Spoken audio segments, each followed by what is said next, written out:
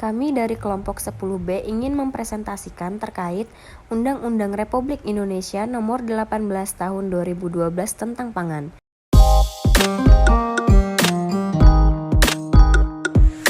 Assalamualaikum warahmatullahi wabarakatuh. Perkenalkan, nama saya Anissa Fitri Nur Fadilah. Halo semuanya, perkenalkan nama saya Lisa Hinata Tolara, saya dari kelas 3B. Saya Jenny Anggraini. Perkenalkan, nama saya Mumtaz Suci Salsabila.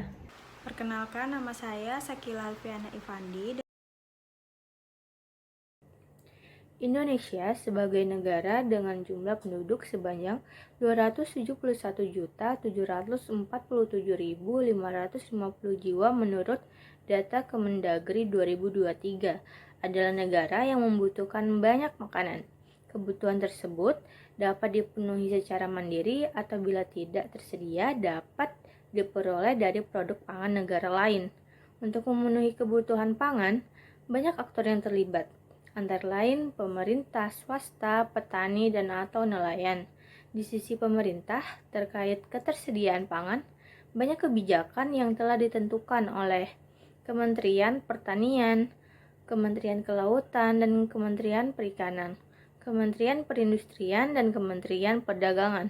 Namun dari kebijakan yang diterapkan seringkali tidak terkoordinasi dengan baik dan pada akhirnya produsen pangan tidak memperoleh keuntungan apapun dari operasionalnya dan membuat harga pangan menjadi murah di tingkat produsen, namun di tingkat konsumen mahal yang jelas sangat merugikan masyarakat. Terkait hal tersebut, maka pada tahun 2012 DPR dan pemerintah telah sepakat untuk membentuk peraturan yang mengatur khusus mengenai pangan, yaitu Undang-Undang Nomor 18 Tahun 2012 tentang pangan. Adapun tujuan kebijakan dari peraturan ini yaitu mewujudkan ketersediaan, keterjangkauan, dan pemenuhan konsumsi pangan yang cukup, aman, bermutu, dan bergizi seimbang, baik pada tingkat nasional maupun daerah hingga perseorangan secara merata di seluruh wilayah Negara Kesatuan Republik Indonesia sepanjang waktu dengan memanfaatkan sumber daya, kelembagaan, dan budaya lokal.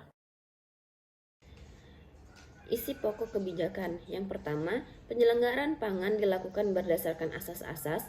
Yang kedua, penyelenggaraan pangan dilakukan untuk memenuhi kebutuhan dasar manusia yang memberikan manfaat secara adil, merata, dan berkelanjutan, berdasarkan kedaulatan pangan, kemandirian pangan, dan ketahanan pangan. Yang ketiga, tujuan penyelenggaraan pangan serta lingkup peraturan penyelenggaraan pangan.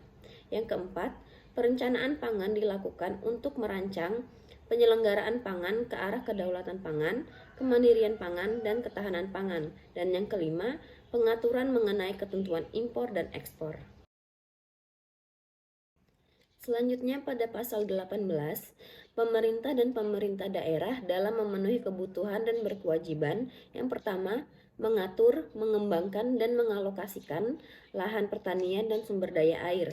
Yang kedua, memberikan penyuluhan dan pendampingan. Yang ketiga, menghilangkan berbagai kebijakan yang berdampak pada penurunan daya saing. Dan yang keempat, melakukan pengalokasian anggaran. Pada pasal 52, yang pertama, dalam hal perdagangan pangan, pemerintah menetapkan mekanisme, tata cara, dan jumlah maksimal penyimpanan pangan pokok oleh pelaku usaha pangan.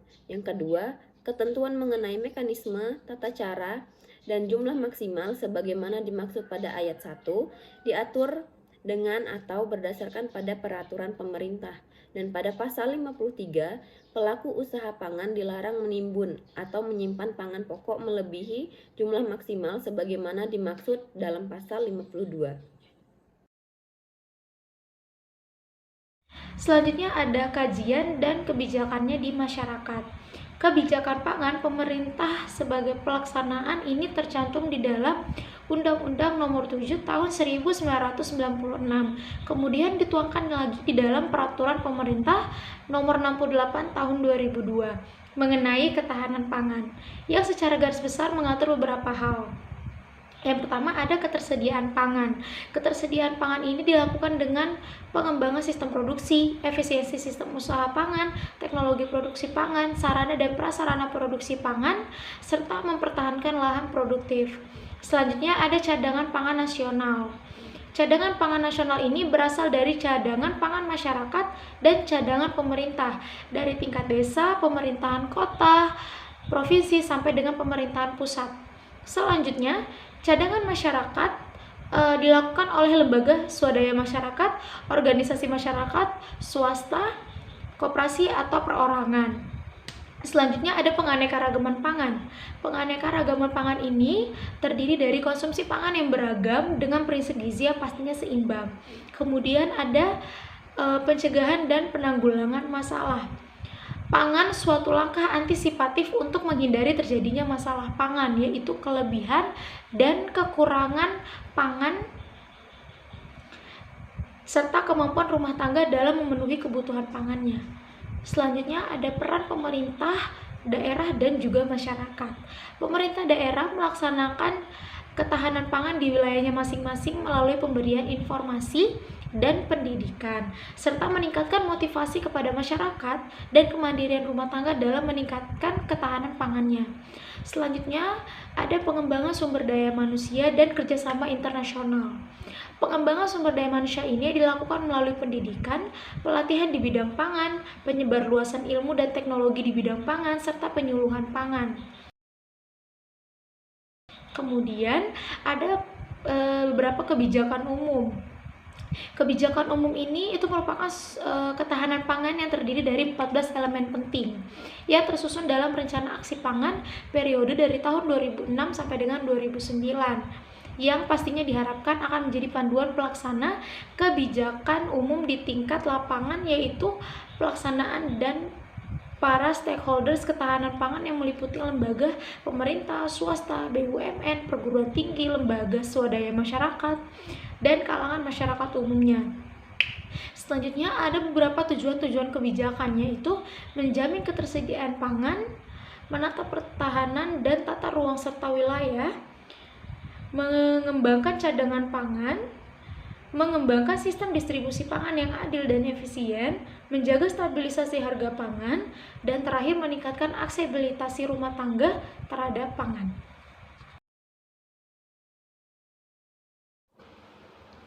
Arah dan strategi kebijakan. Arah dan strategi kebijakan dibagi menjadi dua, yaitu yang pertama tingkat mikro atau rumah tangga, dan yang kedua tingkat makro atau nasional. Adapun tingkat mikro yang pertama, yaitu dipertahankannya ketersediaan energi per kapita minimal 2.200 kilokalori per hari dan penyediaan protein per kapita minimal 57 gram per hari. Yang kedua, meningkatnya kemampuan pemanfaatan dan konsumsi pangan per kapita untuk memenuhi kecukupan energi minimal 2.000 kilokalori per hari dan protein per kapita minimal 57 gram per hari dengan skor PPH minimal sebesar 80. Yang ketiga, berkurangnya jumlah penduduk yang rawan pangan kronis atau yang mengkonsumsi kurang dari 40% angka kecukupan gizi menjadi 1%, termasuk di dalamnya ibu hamil yang mengalami anemia dan balita dengan gizi kurang. Yang keempat, tertanganinya secara cepat penduduk yang mengalami rawan pangan transien di daerah karena bencana alam dan bencana nasional. Dan yang kelima, meningkatnya rata-rata penguasaan lahan petani. Tingkat makro atau nasional yang pertama, meningkatnya kemandirian pangan yang diwujudkan melalui pencapaian swasembada beras berkelanjutan. Dan yang kedua, meningkatnya land rasio melalui penetapan lahan abadi beririgasi minimal 15 juta dan lahan kering minimal 15 juta. Yang ketiga, meningkatnya kemampuan pengelolaan cadangan pangan pemerintah daerah dan pemerintah pusat. Yang keempat, meningkatnya jangkauan jaringan distribusi dan pemasaran pangan yang berkeadilan ke seluruh daerah bagi produsen dan konsumen. Dan yang kelima, meningkatnya kemampuan pemerintah dalam mengenali, mengantisipasi, dan menangani secara dini serta dalam melakukan tanggap darurat terhadap masalah kerawanan pangan dan gizi. Kendala pelaksanaan kebijakan. Indonesia sebagai negara yang memiliki sumber daya alam melimpah dan budaya agraris mutlak harus dapat memenuhi kebutuhan bahan pangan dan pertaniannya sendiri. Ketergantungan bahan pangan dari negara lain merupakan kelemahan yang harus dapat diatasi. Selama ini, kebijakan pangan nasional terkait dengan 5 aspek utama yang meliputi hulu atau kapasitas produksi pangan, hilir, panen, dan pasca panen, infrastruktur pertanian, alokasi anggaran, serta kelembagaan. 5 aspek tersebut harus dilakukan secara komprehensif karena saling terkait, melibatkan seluruh pemangku kepentingan dan bersifat lintas sektor. Secara spesifik, permasalahan sehubung dengan ketahanan pangan adalah penyediaan, distribusi, dan konsumsi pangan.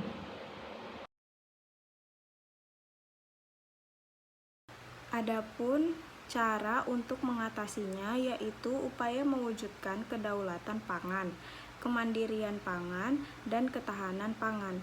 Dilakukan melalui reformulasi terhadap 5 aspek utama, yaitu kapasitas produksi, panen dan pasca panen, infrastruktur, alokasi anggaran, dan kelembagaan. Peningkatan kapasitas produksi pangan dipengaruhi oleh lahan dan inovasi teknologi. Rekomendasi 1. Memastikan perdagangan pangan antara dan di dalam kawasan dilakukan dengan beragam rantai pasokan yang didistribusikan berdasarkan letak geografis. 2. Memperbaiki sistem ketahanan pangan dan pasokan dengan upaya untuk menyeimbangkan kemandirian dan kecukupan pangan. 3. Peningkatan investasi. Kesimpulan, upaya membangun ketahanan pangan akan berhasil apabila dilaksanakan secara konsisten oleh pemerintah dan masyarakat. Tujuan kebijakan mewujudkan ketersediaan, keterjangkauan, dan pemenuhan konsumsi pangan yang cukup, aman, bermutu, dan bergizi seimbang, baik pada tingkat nasional maupun daerah hingga perseorangan, secara merata di seluruh wilayah Negara Kesatuan Republik Indonesia sepanjang waktu dengan memanfaatkan sumber daya, kelembagaan, dan budaya lokal. Sekian presentasi dari kelompok 10B. Terima kasih.